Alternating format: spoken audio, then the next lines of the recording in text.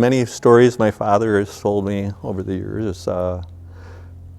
His father was the mortician in Somerset, and he went to mortuary science school at the University of Minnesota, which was a one-year course at the time, and graduated after his service with the Army.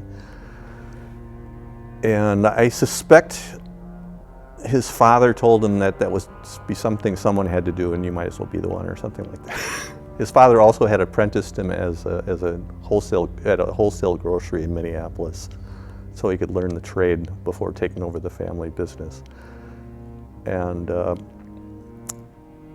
my father told me about in the 30s, he would be, being the oldest son, he would be summoned to help on whatever needed to get done. And he would also help doing a wake in a person's home. One tale, he said, is that they had to knock out the windows. Well, they had to remove a window to get a coffin into a house at one point. The other thing he told me about was that, and he did this more than once, I'm pretty sure, but he would, while my grandfather was doing the embalming, that would involve removing all the blood from the body, and he was in charge of taking the blood and taking it out and burying it.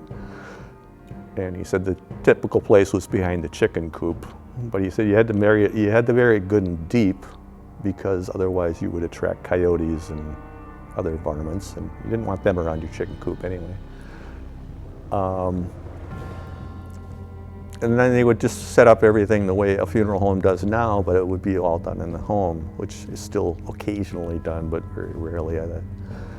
And as part of his traveling outfit, we had this huge wooden cross with candles on each point for that purpose, that would go at the head of the casket. And